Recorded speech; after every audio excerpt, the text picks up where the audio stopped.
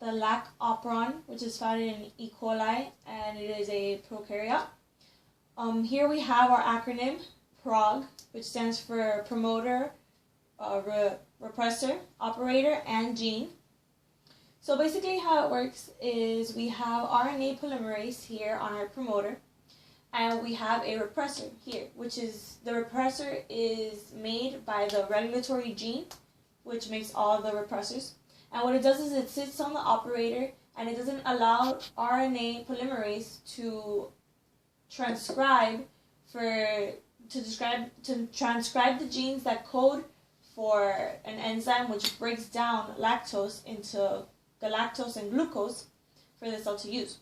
So it's important to keep in mind that the repressor is the transcription factor.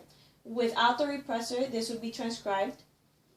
And now the way that we remove the repressor is by having lactose inside the cell, and with this abundance of lactose, it's going to bind in the allosteric site, and once it binds there, it's going to cause conformational changes to make the repressor move off of the operator. And with that, when the repressor moves off the operator, it gives RNA polymerase a clear path to transcribe for the genes that, once again, code for the enzymes that break down lactose into galactose and glucose. So once we make those enzymes that break down lactose, this will be our enzyme. This will be our enzyme. Better sense. What we'll have is all the lactose will be broken down. Therefore, there won't be any more lactose inside the cell, and the cell thus doesn't need the enzymes anymore.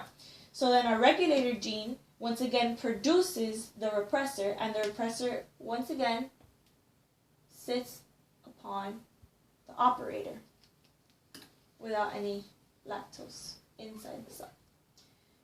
Now, gene regulation is very important because it basically conserves energy for the cell and materials, so it doesn't have to keep producing enzymes that it doesn't need.